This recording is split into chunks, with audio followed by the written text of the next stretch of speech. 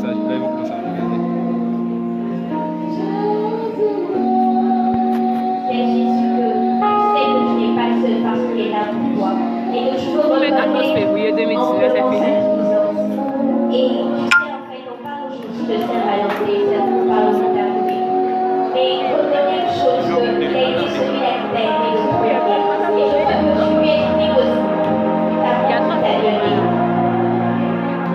L'amour qu'il t'a donné parce qu'il n'a pas attendu quelque chose pour te donner cet amour.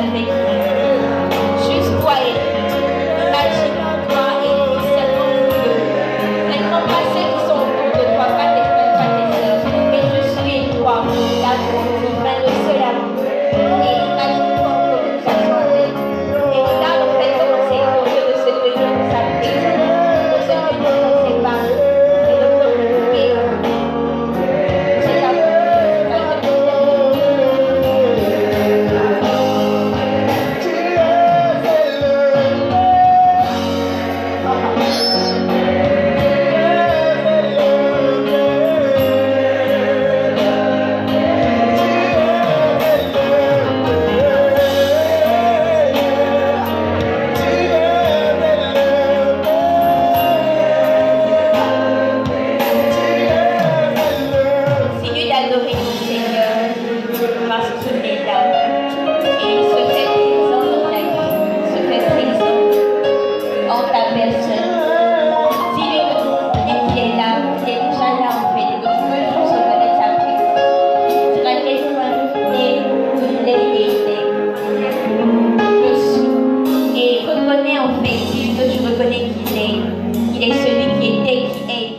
jamais dans ta vie et où tu manifesteras ta gloire partout où tu seras.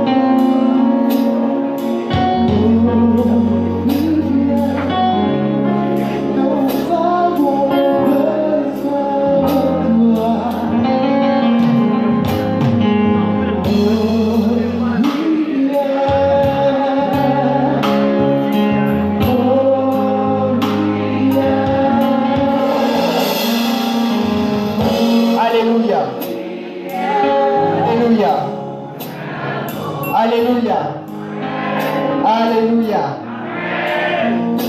qui est content d'être là, qui est dans la joie du Seigneur.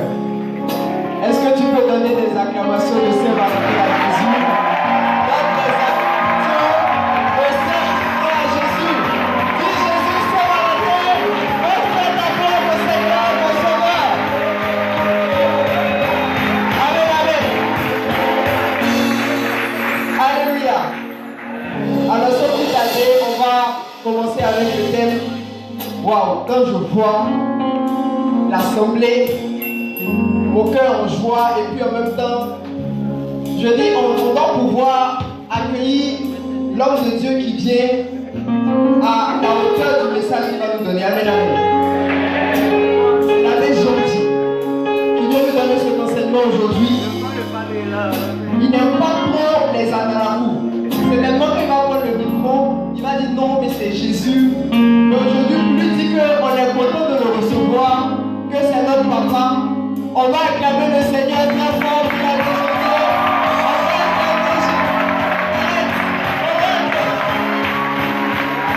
On va acclamer Jésus.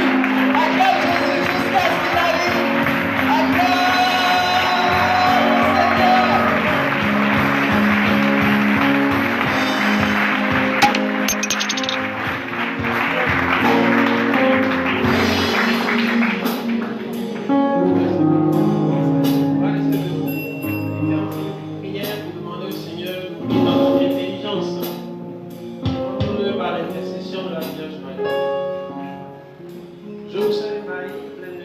Le Seigneur est avec vous. Vous êtes bénie en toutes les femmes, et Jésus, le fruit de vos entrailles, est béni. Sainte Marie, Mère de Dieu, priez pour nous pauvres pécheurs, maintenant et à l'heure de notre mort. Amen.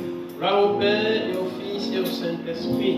Comme il était au commencement, maintenant et toujours, dans les siècles des siècles. Gloire au Père, et au Fils, et au Saint-Esprit. Comme il était au commencement, maintenant et toujours, dans les siècles des siècles. Gloire au Père, et au Fils, et au Saint-Esprit. Comme il était au commencement, maintenant et toujours, dans les siècles des siècles. Vous pouvez vous asseoir.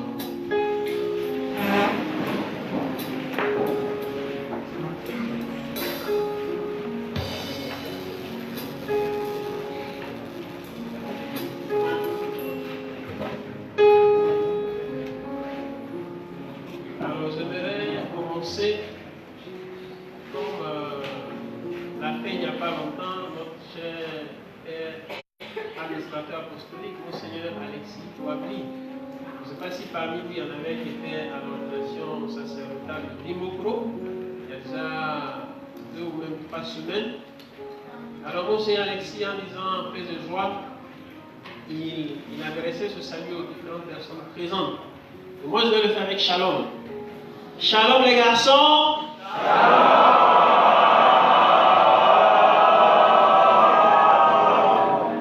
Shalom les filles. Shalom.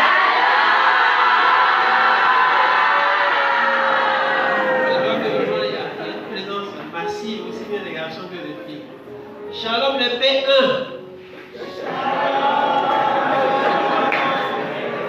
Shalom les P2.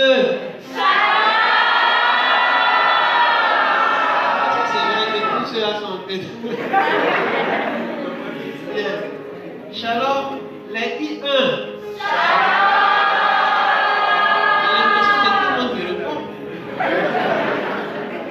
Shalom les PS3. Shalom les PS2. Shalom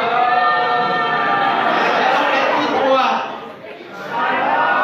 Shalom les I2. Shalom les PS1.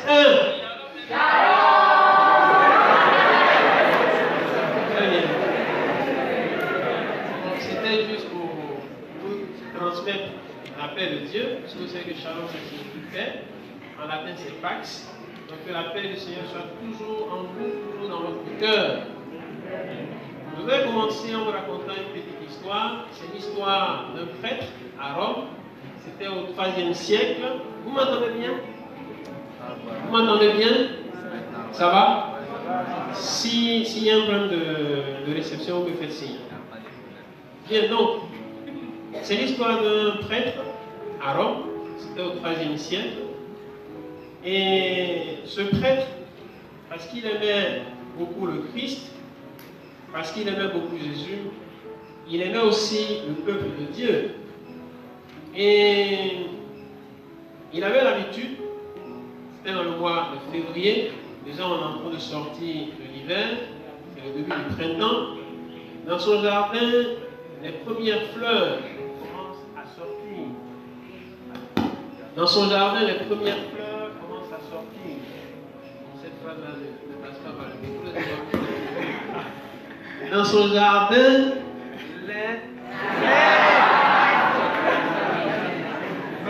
qu'est-ce qui ne va pas? Je vais reformuler la phrase. Oui. On va essayer avec ça. Dans son jardin, les premières fleurs commencent à sortir au début du printemps. Alors il avait l'habitude, lorsqu'il voyait passer des fiancés, de cueillir une fleur et il la leur offrait, comme symbole de leur amour qui doit être pur et qui doit être un don mutuel. Il a tellement pris l'habitude de le faire, et en plus ils ont constaté que ceux qui recevaient cette fleur de ses mains arrivaient à un mariage rapide et heureux. Alors, de plus en plus de jeunes ont commencé à se présenter à la porte de ce prêtre pour solliciter des fleurs. Et puisque ça ne pouvait pas se faire tout le temps, parce qu'il avait d'autres choses à faire, il a décidé que ce soit le 14 février de chaque année que les gens viennent chez lui et qu'il leur donne ces fleurs. Il semble, c'est une légende, que c'est la légende de Saint-Valentin. Je ne sais pas si vous l'avez déjà entendu une fois. Il y a plusieurs légendes à propos de Saint-Valentin. L'une d'elles, c'est celle que je viens de vous raconter. Il avait cette habitude le 14 février de donner aux fiancés une fleur pour les encourager à s'aimer en Dieu et à parvenir à un mariage heureux.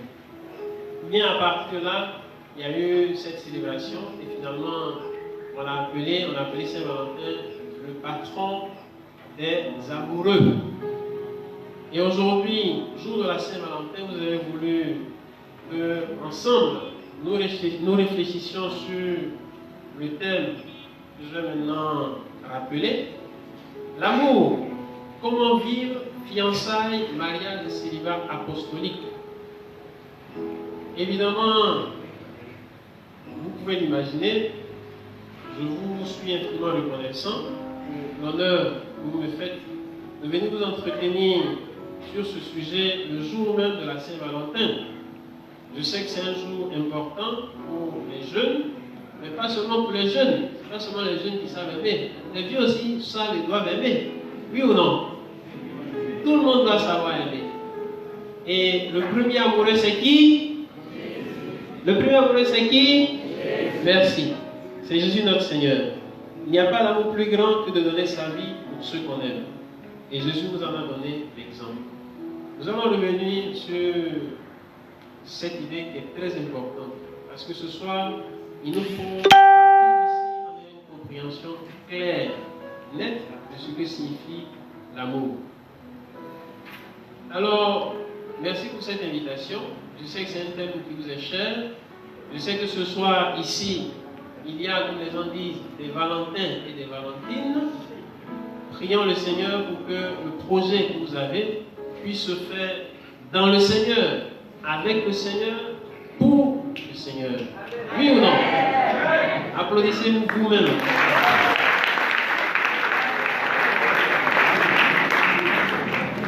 Bien.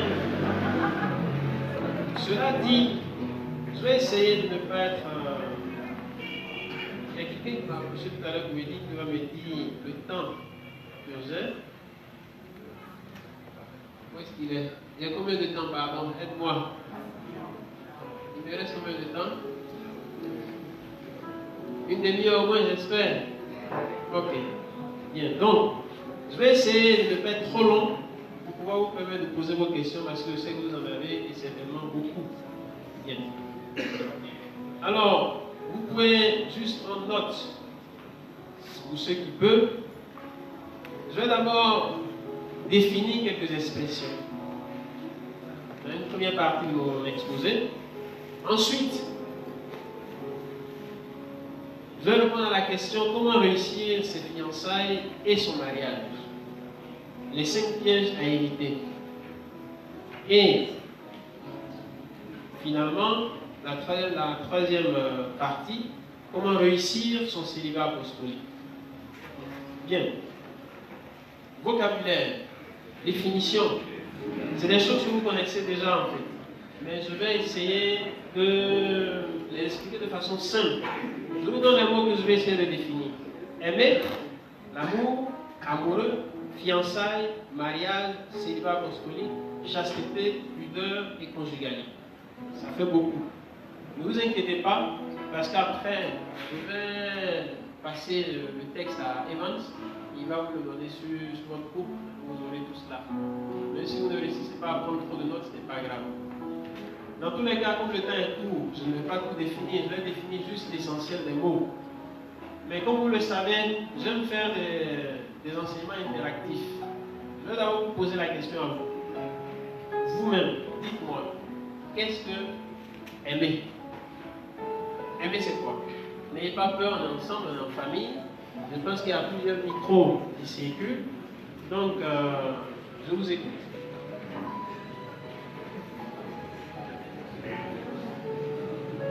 Aimer, c'est quoi?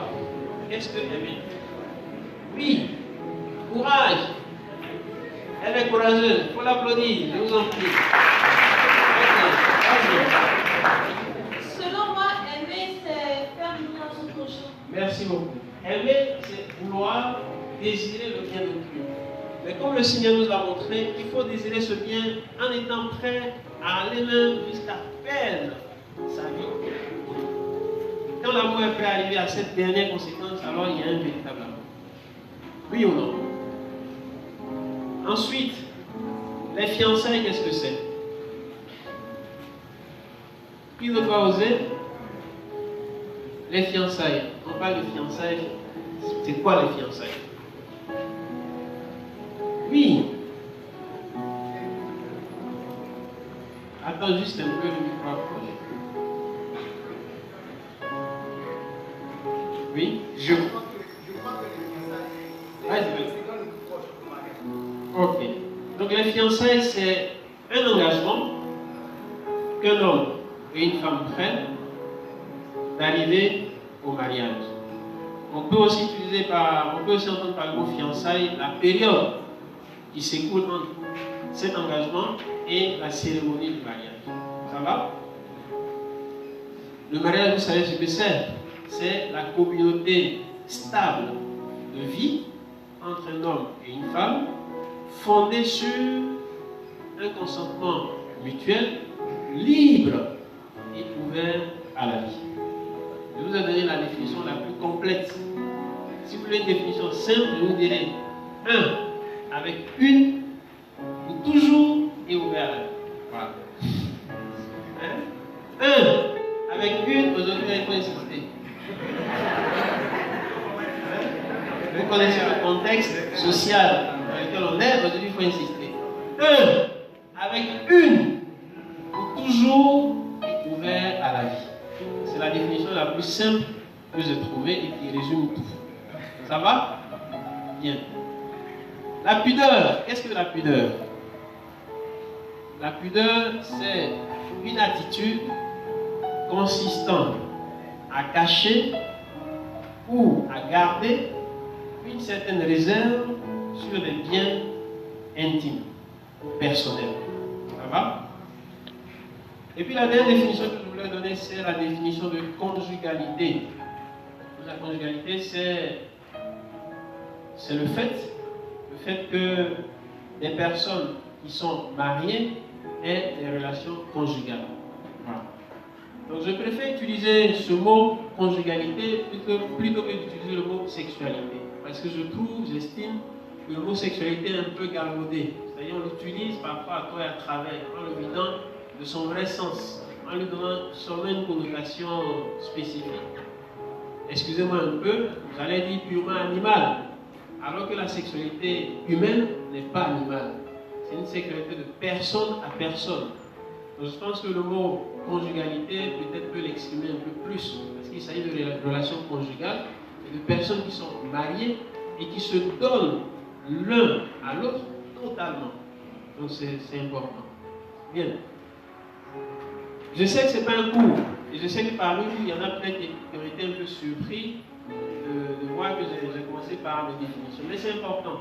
Si nous définissons bien les mots, alors dans notre dialogue, dans notre échange, nous nous comprendrons mieux.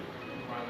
Donc, maintenant que j'ai défini tous ces mots, tous ces quelques mots, je pense que maintenant on va commencer notre réflexion ensemble. J'ai un prérequis que je vous exige, c'est ce que j'appelle le prérequis de la réflexion. Je sais qu'ici je suis à l'INP, c'est la crème des crèmes de la Côte d'Ivoire. Oui ou non? Oui ou non? Vous n'êtes pas d'accord? Vous avez passé un concours. Vous avez passé un concours. Béni, ça n'a pas été facile. Donc ici, je me dis que c'est la crème des crèmes. C'est l'intelligentsia de la Côte d'Ivoire, du futur qui est là. Donc ça veut dire the mind. We have to use the mind. Bien, Kungolo. Adili. Vous avez compris? Bien. Donc, on va s'efforcer d'utiliser notre intelligence parce que c'est une force que Dieu nous a donnée. Je pense que je dois m'éloigner peut-être de ça va? Donc, c'est une force que Dieu nous a donnée, c'est une de nos facultés. Nous avons deux facultés importantes, c'est l'intelligence et la volonté. Donc, nous avons utilisé notre intelligence parce que l'intelligence ne suffit pas de l'avoir. Encore faut-il réfléchir. Je veux dire quoi? Une chose, c'est être intelligent, et on peut même être très intelligent, super intelligent, mais on peut ne pas réfléchir. Vous n'êtes pas d'accord? Mais c'est ça, c'est l'anthropologie. Une chose, c'est être intelligent, une autre chose, c'est réfléchir. La preuve, on donne. Je vous raconte une petite histoire. C'était ici même à l'INP. J'ai appris ça il n'y a pas longtemps. Ici à l'INP, on m'a dit qu'il y a un prof qui a donné un exercice. Et puis, c'était un groupe d'étudiants qui devait résoudre l'exercice. Alors, ils ont envoyé l'un de leurs au tableau. Et alors, on lui disait ce qu'il devait écrire. Et après, on lui disait, dis maintenant la conclusion. Il a du mal à tirer la conclusion. Alors, un de ses amis lui dit, bien. Le prof était là, il n'intervenait pas. Bien. Maintenant, regarde. Ça. Il ne tirait pas la conclusion. Et l'autre lui dit, mais réfléchis! Donc, on peut être intelligent et très intelligent, mais il faut réfléchir. Ça veut dire quoi? Il faut bien utiliser notre intelligence pour pouvoir parvenir à la vérité. Parce que la vérité, c'est comme une lumière qui éclaire l'intelligence. Si notre intelligence est dans la vérité, Jésus l'a dit, la vérité vous rendra libre. Si notre intelligence, notre connaissance est dans la vérité, alors dans nos actions, dans les choses que nous faisons, nous agissons avec plus d'aisance. Et même nous obtenons plus de bonheur. Je vais vous donner un autre exemple très simple que j'ai donné il n'y a pas longtemps à mes élèves du cours de théologie, sur la théologie morale fondamentale. Si vous allez à la gare de Yamoussoukro, la grande gare, et puis vous dites, vous allez avec l'objectif de vous rendre à Dimogro. Maintenant, ce que vous savez, c'est qu'il faut un car. Je pense que ça s'appelle CTD, c'est ça, non? Compagnie de transporteurs de Dimogro. CTD, c'est ça? CITD, voilà, merci beaucoup. CITD, c'est l'information que vous avez. Et vous arrivez, et le car est parti. Qu'est-ce que vous faites? C'est une crise, parce que vous devez justement aller à Dimogro. Mais alors quelqu'un s'approche et vous dit, bon, si tu as raté le car, il y a une autre compagnie ici. Après, il y a une autre compagnie ici. Et puis si tu veux, tu peux prendre aussi, partir aussi avec telle personne, tel ami. Vous voyez que plus j'ai d'informations, plus j'ai de vérité, alors plus je suis libre de choisir ce qui me convient pour pouvoir accomplir ma finalité. Ça va? Donc, la vérité est importante pour notre intelligence et pour notre bonheur. Parce que grâce à la vérité, nous parvenons au bonheur. Donc ça, c'est un prérequis. Parce qu'on va réfléchir ensemble. J'aimerais que vous sortiez d'ici avec 2 idées claires. Les 2 vertus qui vous sont nécessaires pour de bonnes fiançailles, pour un bon mariage et pour les personnes qui sont appelées par Dieu à lui consacrer leur vie pour un bon célibat apostolique. Il s'agit en fait de 2 vertus. On va parler de beaucoup de vertus. Mais il y a ces 2 vertus qui sont vraiment les vertus les plus importantes d'ailleurs. Vous connaissez la première. C'est laquelle? La vertu la plus grande, la plus élevée. C'est laquelle? C'est laquelle? Ne gâtez pas votre nom. Merci beaucoup. La charité. Autrement dit, l'amour. Cette vertu-là est très importante. Il faut bien comprendre ce que c'est que l'amour. La deuxième vertu. On peut voir l'amour comme une vertu finalité, objectif. C'est ce qu'on vise. Je dois aimer. Mais il y a une autre vertu qui est comme à la base. C'est quelle vertu? Ça commence par H. Merci, l'humilité. Humilité qui vient du mot humus, la terre. C'est à la base. Donc si vous êtes enraciné dans l'humilité, alors vous pouvez pousser vers l'amour, vers Dieu, vers les autres, etc. Donc, vous devez partir d'ici en ayant clair à l'esprit ces 2 vertus.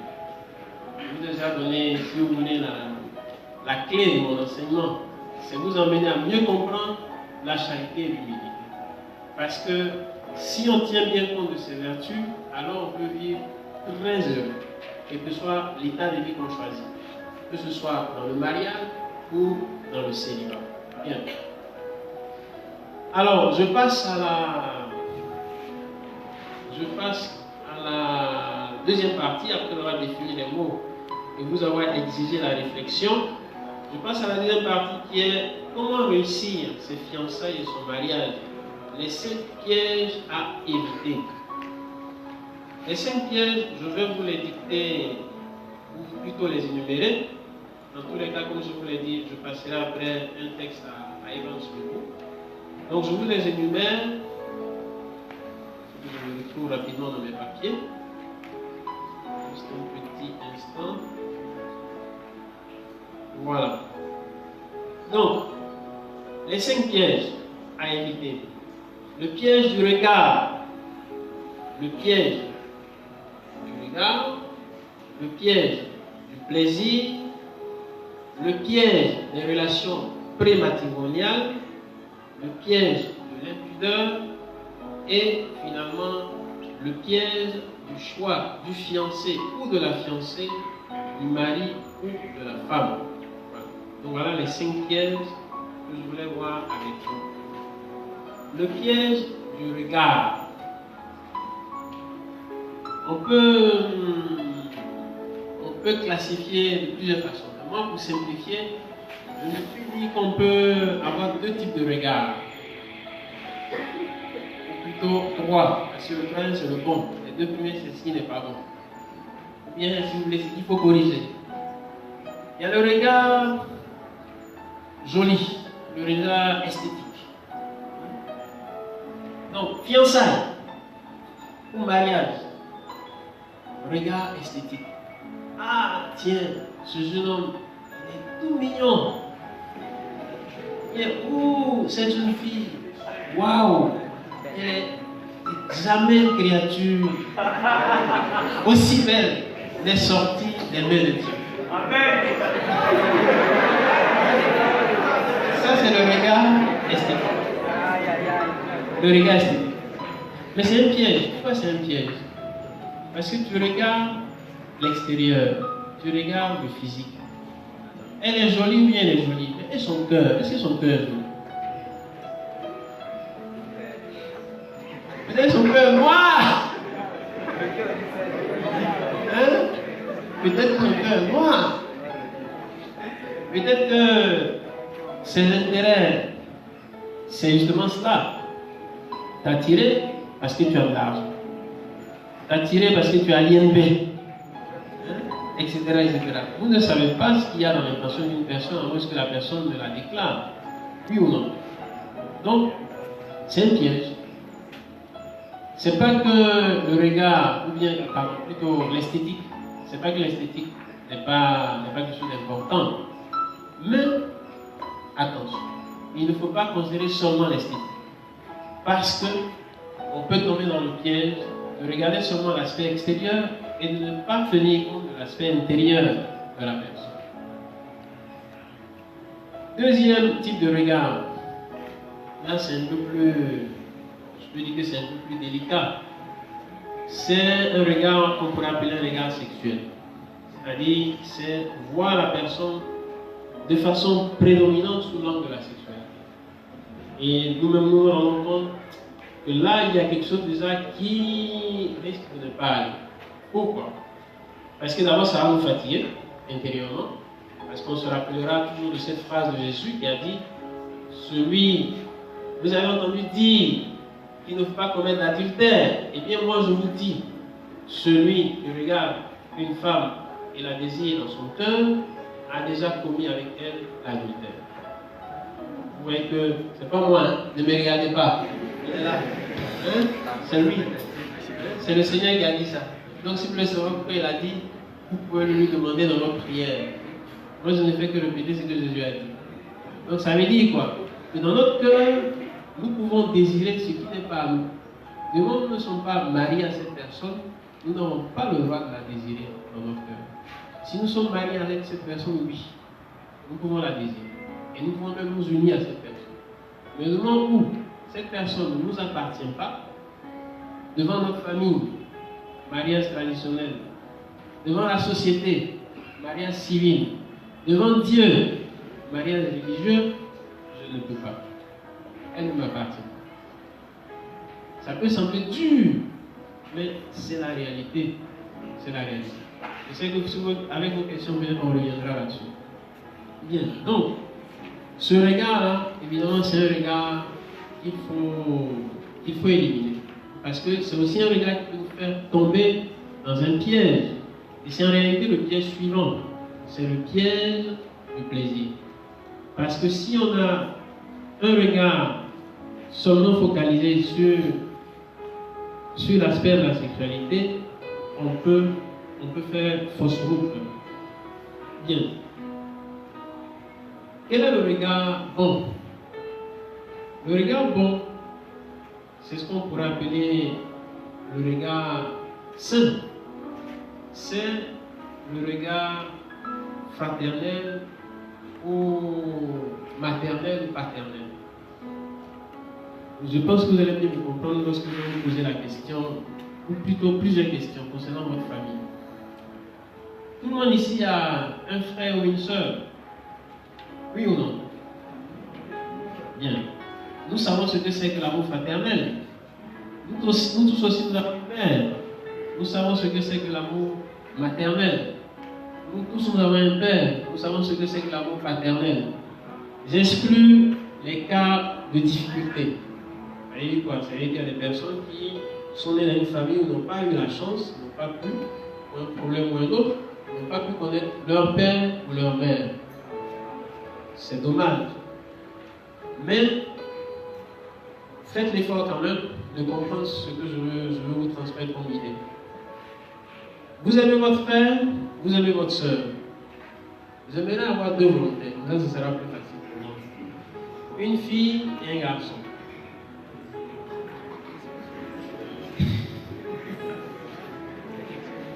Marcel Junior.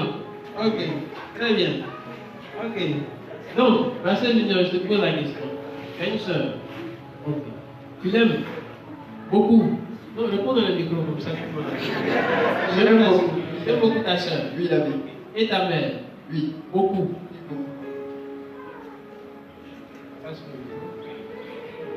Quel est ton nom? Emmanuela. Tu as un frère. Tu l'aimes beaucoup. Énormément. Et ton père, tu l'aimes aussi beaucoup. Ok, bien. Maintenant, je vous pose à vous deux la question. Vous serez prêts quand vous allez sortir bien, que vous aurez votre grosse voiture, votre bon boulot, tout l'argent dont vous avez besoin. Est-ce que vous serez prêt si votre frère que vous aimez, ou votre soeur que vous aimez, ou votre père que vous aimez, ou votre mère que vous aimez, a un souci et vous demande votre premier salaire qui s'élève à 3 millions de francs CFA?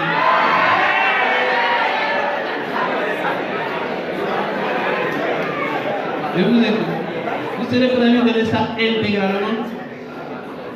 C'est un besoin vraiment sérieux, urgent, nécessaire. Oui. Alors, il faut dire non. Non. C'est sûr. Quand tu insistes. Dans la vraie réponse. Oui, oui. La vraie réponse est oui. Ok. Mais garde le micro. Et si alors ta soeur ou ta mère avait un problème de santé, ça, je ne le souhaite pas. Mais je le dis comme c'est un exemple. Alors la personne a besoin d'un rein. Oh, tu en as 2. Tu serais prêt à donner un des terrains? Oui, pour la soeur et la mère. Tu serais prêt à donner un des terrains? Ok. Vous pouvez retourner à votre place. Bien. Vous voyez qu'ils sont généreux. Et leur générosité, c'est la nôtre aussi, n'est-ce pas? Nous aussi, nous serions prêts à donner notre rein pour sauver la vie de notre frère, de notre soeur, de notre mère ou de notre père. Vous ne savez toujours pas à quoi je vais venir. Mais l'abbé il pose la question, mais qu'est-ce qu'il veut dire? La question est simple. Cet amour-là, c'est un amour pur, noble. C'est ça, aimer. C'est ça, aimer. Et dans cet amour, dans cette relation d'amour fraternel, ou paternel ou maternel, je vous pose maintenant à vous tous la question. Est-ce qu'il y a une conjugalité? Répondez bien. Non. Plus fort. Non. Ok. Et pourtant, vous aimez la personne. Vous êtes prêt à vous sacrifier pour cette personne, à faire tout. Voilà comment vous devez voir votre fiancé, ou votre mari, ou votre femme. Vous êtes cassé. Si vous ne voyez pas votre fiancé, ou votre mari, ou votre femme, comme votre frère, ou votre soeur, ça ne peut pas aller. Ça ne peut pas aller. Ça, c'est la base. Il faut ça. Après la conjugalité, ça va venir. Ça sera en 2e ou 3e ou 4e position. Ça n'a pas de réponse. D'abord, ce qui va vous donner la vraie joie, c'est cet amour pur, noble. Ceux derrière, ne vous regardez pas trop. C'est pas parce que je ne veux pas vous voir, mais c'est parce que, habituellement, quand on parle, on n'a pas trop la tendance d'élever le regard. Vous m'entendez bien? Donc, est-ce que vous êtes tous d'accord avec moi? Que c'est ça l'amour véritable. C'est important, hein? Je vous ai dit, on a besoin du mind. You have to think. Il faut réfléchir. C'est ça l'amour véritable. Si vous faites attention, regardez autour de vous et cherchez à voir les couples les plus heureux. Les vieux pères, ou bien les vieilles mères. Ça fait 50 ans qu'ils sont mariés. Vous regardez-les. Dans leur manière d'agir, vous allez voir, il y a une complicité entre eux. Une véritable complicité, une amitié. Ils ont peut-être 60 ans, 70 ans. Ils sont très amis. Ils sont potes. Et ceux-là, ils ne vont jamais se séparer. Parce qu'ils sont amis. De la même façon, mon frère ou ma soeur, je ne vais jamais l'abandonner, même s'il y a des problèmes, même si on ne s'entend pas, en principe, à moins qu'on soit orgueilleux. C'est pour ça que je vous ai parlé de l'humilité. À moins qu'on soit orgueilleux, c'est l'orgueil qui est l'ennemi de l'humilité. En principe, on va arriver à résoudre le problème. Quand il y a un problème en famille, entre frères et sœurs, on trouve toujours une solution pour pouvoir le résoudre. Sauf s'il y a l'orgueil. Donc, n'oubliez pas ça. Ce que je viens de vous dire là, c'est la clé, c'est l'une des clés du succès. L'une des clés du succès. La première clé, il faut voir l'autre comme ta soeur ou ton frère. Et laisser la conjugalité à côté. Ça viendra après, comme un cadeau de Dieu. Et ça va renforcer encore plus l'amour que vous avez l'un pour l'autre. C'est clair?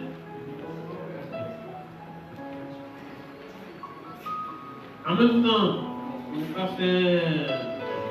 pas faire retour encore en arrière, je vais en même temps enchaîner avec le célibat. Si vous comprenez bien ce que je viens de dire, vous comprenez alors pourquoi moi je suis ici.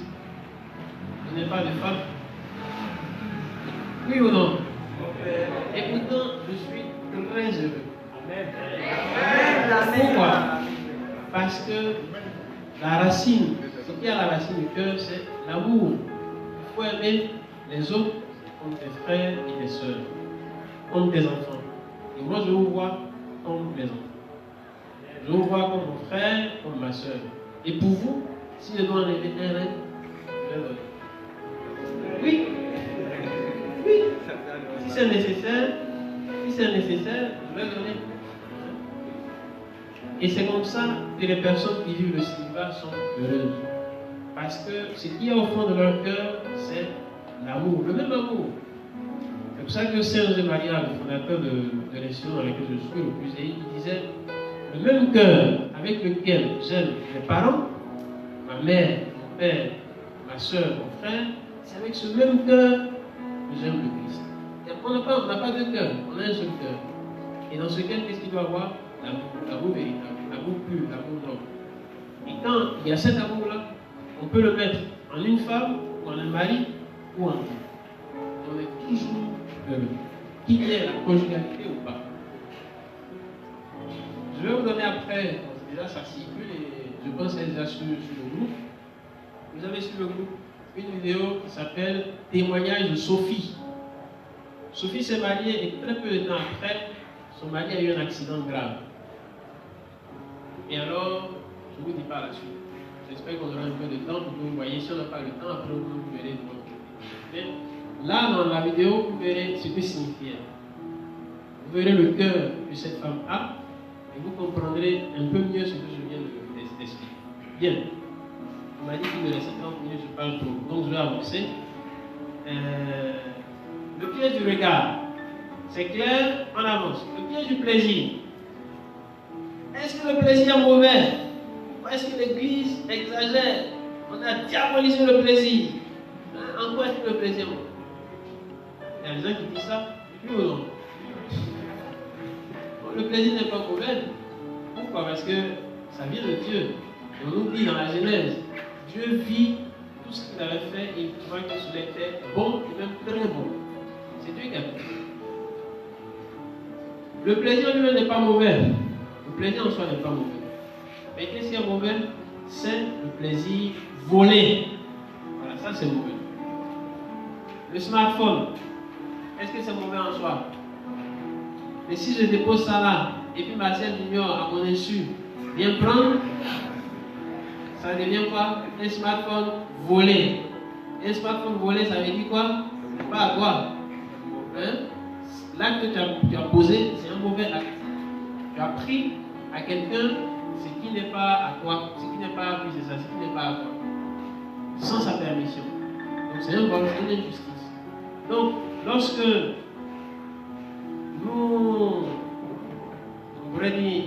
nous n'utilisons pas la faculté conjugale comme il se doit, c'est une injustice aussi. C'est un vol. Je ne vais pas approfondir, peut-être avec vos questions pour aller plus à fond. Mais retenez cette idée-là. Deuxième remarque, ça aussi c'est très important. Le plaisir, on peut l'avoir seul. Et c'est ça le danger. Parce que le plaisir, lorsqu'on a une mentalité égoïste par rapport au plaisir, on tue l'amour en nous. Pour qu'il y ait le vrai bonheur, pour qu'il y ait l'amour, il faut toujours deux personnes. Mais pour le plaisir, il suffit d'une personne. Et voilà pourquoi c'est une tragédie. Vous pouvez un jour rencontrer un couple, ils sont mariés, mais c'est une union de deux égoïstes. Ça veut dire quoi? Chacun d'eux cherche le plaisir, et alors, par convention sociale, ça ne s'appelle pas bien de ne pas être marié. Il faut qu'on dise qu'on est marié, comme ça on voit que j'ai quelque chose. Et après, chacun d'eux a sa vie. A sa vie d'infidélité. Lui, il a sa vie d'infidélité, elle a sa vie d'infidélité, mais les deux vivent dans la même maison. Ça va? Il y a un pacte tacite. On ne demande pas à l'autre d'où il vient, à quel voyage il allait, etc. C'est triste. C'est triste parce qu'au fond, avec ces personnes-là, il n'y a pas de véritable joie, il n'y a pas de véritable félicité. Ils ont plutôt la sensation qu'ils sont en train de se détruire petit à petit. Pourquoi? Parce qu'ils se donnent à tout le monde. Ils deviennent quelque chose de public, plus ou moins. C'est comme... C'est compris, non? Bien. Donc pour le bonheur, il faut deux personnes. Il faut fuir l'égoïsme. Contre le piège du plaisir, parce que vous savez que le plaisir est lié en fait à nos sens. Il y a un plaisir dans les yeux, il y a un plaisir dans la bouche, dans les oreilles, dans le nez. Et tout ce qui nous plaît, tout ce qui plaît à ces facultés-là, à ces sens-là, ce sont des choses dans lesquelles nous pouvons trouver aussi un esclavage. La gourmandise, par exemple, c'est l'esclavage de la nourriture, c'est l'esclavage du goûter. Donc, il faut être vigilant de ne pas tomber dans l'esclavage du plaisir, parce que ça peut devenir un véritable esclavage. Pour lutter contre ça, vous avez la tempérance et la mortification. Ça veut dire qu'il ne faut pas donner à votre corps tout ce qu'il vous demande. Et c'est pour ça que Saint Paul, dans l'une de ses lettres, il parlait de ce qu'on peut appeler le jeûne conjugal. Vous savez ça, non? Hein? Non. Vous n'avez pas entendu parler de ça. Le jeûne conjugal. Saint Paul donnait ce conseil aux premiers chrétiens. Que c'est bon, de temps en temps, de s'abstenir. Pourquoi? Parce que ça aide à ne pas être esclave aussi de ce que Dieu a donné. Pourquoi? Nous sommes marqués par les conséquences du péché originel. C'est vrai que le baptême a effacé le péché originel, mais les conséquences sont en nous. C'est ce qu'on appelle la concupiscence. Il nous est plus facile d'être attiré par ce qui nous plaît. Et cela peut après entraîner un esclavage. N'oubliez pas que Jésus a dit, celui qui commet le péché est esclave du péché. Donc l'esclavage du péché existe. Soyons vigilants. Bien, je vais avancer rapidement. Le piège des relations pré-matrimoniales. Si on a promis de se marier et que notre promesse est forte et que nous avons la certitude que nous serons fidèles, donc nous pouvons nous donner leur vie. Faux. Faux. La preuve, c'est le nom de Goumé. Hein? Il y en a beaucoup, non? Mais pourtant, ils étaient ensemble. C'était du solide. Mais voilà. Un Goumé, deux Goumé, trois Goumé, dans la même année. Hein?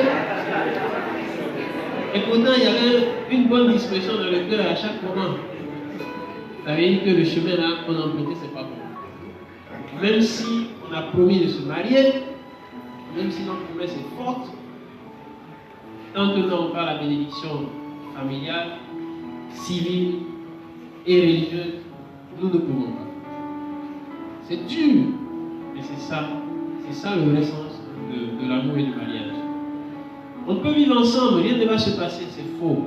On peut être imprudent. La prudence est aussi une vertu. Il ne faut pas se faire trop confiance. Un autre argument. Il est bon d'essayer d'avoir maintenant une relation de sorte que plus tard, on est plus aguerri pour affronter les problèmes du couple. Faux! Archi faux!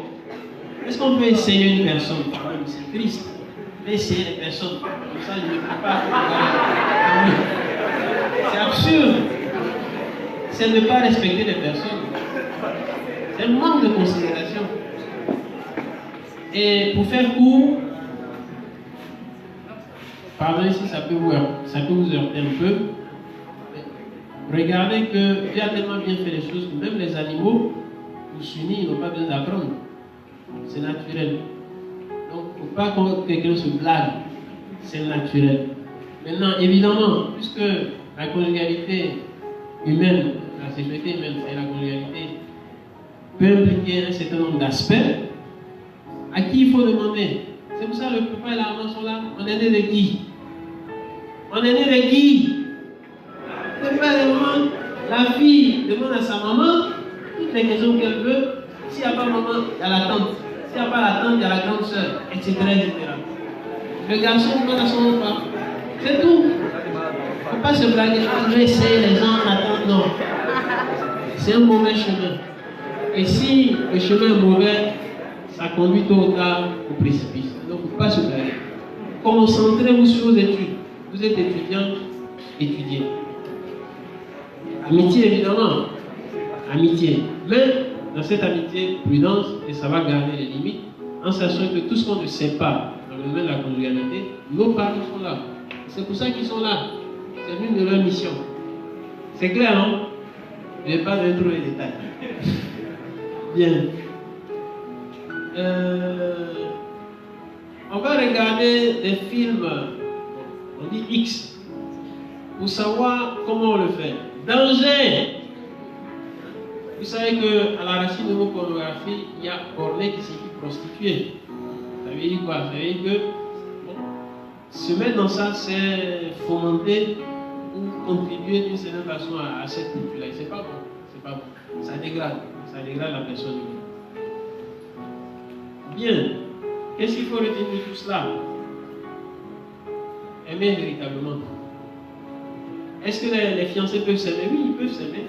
Est-ce qu'ils peuvent avoir des manifestations d'amour? Oui. Mais je dis toujours, vous pouvez faire tout ce que vous voulez en tant que fiancé, mais que ce soit des choses que vous puissiez faire devant vos parents. S'il y a quelque chose que vous ne pouvez pas faire devant vos parents, soyez sûr que vous avez dépassé les limites. Donc là, déjà, c'est suffisant pour se confesser. Vous pouvez faire tout ce que vous voulez, mais que ça puisse se faire devant vos parents. Voilà.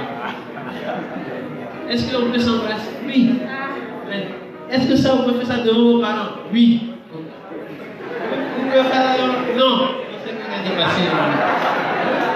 Donc voici un deuxième critère. C'est clair? Bien. Le piège de l'impudeur. Bon, c'est le domaine du vêtement. Vous savez que, je vous donne un exemple simple, c'est tellement évident. Si vous aviez de l'or, vous avez une chaîne en or, une montre en or, et que vous vous retrouvez à jamais, quelle sera votre réaction? On cache tout. Pourquoi? Parce qu'il y a des prédateurs. On ne sait pas qui va foncer sur nous. Donc, ce qu'il y a de la valeur, on cache. Pourquoi? Parce qu'on ne veut pas que n'importe qui puisse se l'approprier. Ça vaut pour les vêtements. C'est ça le principe de la pudeur. La pudeur, c'est cette attitude-là qui m'amène à garder, à réserver des choses de valeur, des choses intimes, des choses personnelles. Et tout ce qui est lié à la sexualité, parce que on sait ce que c'est que le mariage, il s'agit de se donner à l'autre, et de là naissent des enfants. On ne peut pas donner à tout le monde. Voilà pourquoi il faut une certaine réserve dans la manière de s'habiller. Et quand on parle de pudeur, parfois les gens pensent aux filles. Ce n'est pas seulement les filles, les garçons aussi. On m'a dit qu'il y a un niveau qu'on appelle PDC, près du corps. Attention, attention. La pudeur, c'est pour tout le monde. C'est pour tout le monde. Je vous dis ça aussi à cause d'une parole de Christ. Ce n'est pas moi qui parle, c'est lui encore, c'est notre Seigneur. Le Seigneur a dit, malheur à celui qui scandalise. Malheur à celui qui fait tomber l'autre dans le péché. Donc, les gens viennent par exemple à la messe, c'est pour être avec le Seigneur. Mais voilà, il y a des personnes qui veulent les empêcher d'être avec le Seigneur. Donc la personne veut de regarder l'autel et regarde ailleurs. C'est pas bon. Donc ça veut dire qu'il y a un certain devoir de... On pourrait dire prendre la responsabilité de la sainteté des autres dans la vie. Bien, je ne vais pas aller plus loin puisque le temps nous poursuit. Le dernier danger, c'est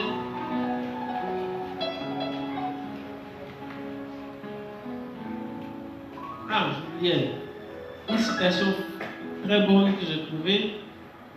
Chantal Taïba, vous la connaissez? Ça fait longtemps, hein? Bien, Chantal Taïba disait, j'ai recopié littéralement, si tu considères ton corps comme un bistrot, tout le monde viendra y boire. Si tu le considères comme un sanctuaire, on s'inclinera et te parlera avec beaucoup de respect. Si, vous aurez le texte aussi avec Evangeliste. Si tu considères encore comme un bistrot, c'est comme un bar. Si tu te considères comme un bar, les gens vont venir boire et puis partir. Mais si tu te considères comme un sanctuaire, les gens viendront, ils vont s'incliner, c'est-à-dire les gens vont te respecter. Ça veut dire quoi? Ça veut dire que nous devons respecter notre corps, nous respecter nous-mêmes pour que les autres puissent nous respecter. Bien. Le piège du choix du fiancé ou de la fiancée. Sur ce point, je vous donne brièvement quelques idées. L'amour dont on a parlé tout à l'heure, l'amour pur, l'amour véritable, ça c'est un point important. Vous devez vous aimer. Ce qui signifie amitié. Si vous n'êtes pas ami avec quelqu'un, ne vous mariez pas avec cette personne. C'est pas bon, c'est dangereux. Ça peut marcher, hein, mais c'est assez dangereux. Il faut être ami, il faut se plaire, il faut partager des choses en commun. C'est pas. Il faut pouvoir faire des choses ensemble. Parce que si vous n'avez pas pris l'habitude de vous connaître, de faire des choses ensemble, après quand vous allez devoir vivre ensemble toute la vie, vous allez devenir très ennuyeux ou bien très ennuyeuse. Et ça c'est pas bon. Ça crée beaucoup d'infidélité. Donc, amour véritable, qu'il soit amour d'amitié. Patience, ne pas se presser. Prendre le temps de connaître l'autre. Prière. Prière. Prière pour demander au Seigneur des lumières pour pouvoir bien orienter ses fiançailles. Empathie. Sentir avec l'autre. On peut lier ça aussi à l'amitié. Sincérité. Être sincère envers soi-même. Cette fille-là, je ne veux pas la rendre heureuse. Ça sera quelqu'un d'autre. Il faut la laisser. Il ne faut pas la fatiguer. Hein? Bien, ce jeune homme-là, il m'aime beaucoup, mais non, il sait qu'avec moi, il sera malheureux. Donc, il faut le laisser, il ne faut pas le fatiguer. Il faut être sincère envers soi-même. Et puis aimer les gens et s'il faut libérer quelqu'un, on libère la personne. Prudence, on en a déjà parlé. Bien. Je réponds à la dernière question, il me reste 5 minutes. C'est ça, non? Ok. Comment réussir son célibat apostolique? Avec tout ce que j'ai dit, j'ai répondu déjà plus ou moins. Là aussi, je vous dis quelques idées en vrac. Aimer, c'est le même cœur, il n'y a pas un autre cœur. Le même cœur avec lequel on aime nos parents, c'est avec ce même cœur qu'il faut aimer Dieu. Si Dieu nous appelle, par exemple, au célibat, dans le sacerdoce, ou bien dans la vie religieuse, etc., etc. Prière aussi, pour que Dieu nous éclaire. Prudence. Prudence pour ne pas se précipiter. Il y a des gens qui ont reçu de Dieu la vocation au mariage, ils ont peur. Peur d'avoir une femme, un jour elle va me commander, au moins peur d'avoir des enfants, et alors ils peuvent fuir, aller se réfugier dans un monastère. Mais là-bas ils ne seront pas heureux. Parce que la vocation de Dieu t'a donné, c'est vocation au mariage. Donc, marie-toi, choisis bien, marie-toi. Maintenant, il y en a aussi que Dieu a donné la vocation au célibat, mais ils ont aussi peur. Donc, ils vont se réfugier dans le mariage. Mais tôt ou tard aussi, ils se rendent compte que leur cœur n'est pas plein. Pourquoi? Parce que Dieu leur a donné un cœur pour qu'il aime lui. Donc, eux aussi ne sont pas satisfaits. Donc, prudence aussi. Prudence pour pouvoir bien juger. Et sincérité aussi envers soi-même. Et puis, une dernière chose que j'ajouterai, c'est une distance prudentielle, car c'est la fréquentation que naît l'amour. Si tu sais que Dieu t'appelle à te donner à lui, que tu sois homme ou femme, bon, ça veut dire qu'il faut maintenir une certaine distance prudente vis-à-vis de l'autre sexe. Parce que si tu crées aussi trop de familiarité, bon, tu peux aussi te créer des ennuis, des problèmes. Et alors tu ne seras pas fidèle à ton engagement envers Dieu. Et la même chose aussi, même pour la personne qui est mariée. On dit souvent que pour les personnes mariées, il n'y a pas d'amis personnels. L'ami est l'ami du couple, n'est pas l'ami d'une personne du couple. Voilà. Ça, c'est un critère de base. Il n'y a pas quelqu'un qui appelle la femme et puis on ne sait pas qui c'est. Non, non, non, non. On sait qui c'est. Il est notre ami à nous deux. Voilà. Il n'y a pas quelqu'un qui appelle le mari et puis on ne sait pas qui c'est. Il est notre ami à nous deux. Le smartphone, le téléphone de ton mari, c'est ton téléphone. Le téléphone de ta femme, c'est ton téléphone. Oui. S'il n'y a pas cette sincérité-là, on crée une base qui après peut fomenter l'infidélité et la religion. Il faut se protéger. faut protéger son couple. Une manière de protéger son couple, c'est justement de vivre cette sincérité-là à la base. Ce sont des petites choses, mais c'est très important. Quand ça rate, après on paye une implication aussi. Bien. Je vais finir et j'ai fini.